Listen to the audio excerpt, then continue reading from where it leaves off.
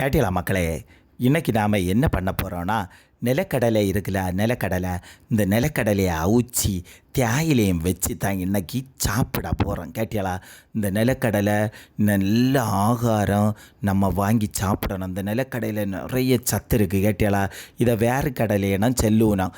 இது மண்ணுக்குள்ளாடி காய்க்கக்கூடிய ஒரு கடலையாகும். கேட்டீங்களா? இந்த ரோட்டு ஓரத்தில் எல்லாம் வண்டியில் கொண்டு வந்து போட்டு விற்பினோம். நாம் அதை வேண்டி நல்லா கழுவணும். அதில் நிறைய மண் இருக்குங்க. கேட்டீங்களா? நல்லா கழுவி ஒரு குக்கரில் போட்டு ஒரு 4-5 விசிலு வாரது வரைக்கும் குக்கரில் நல்லா வேக வச்சு எடுத்துட்டு நாம் அந்த தண்ணி ஊற்றியாக வேக வச்சோன்னா மறந்துடக்கூடாது.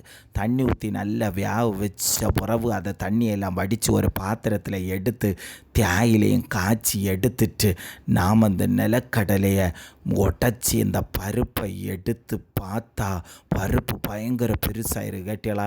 இந்த பருப்பையும்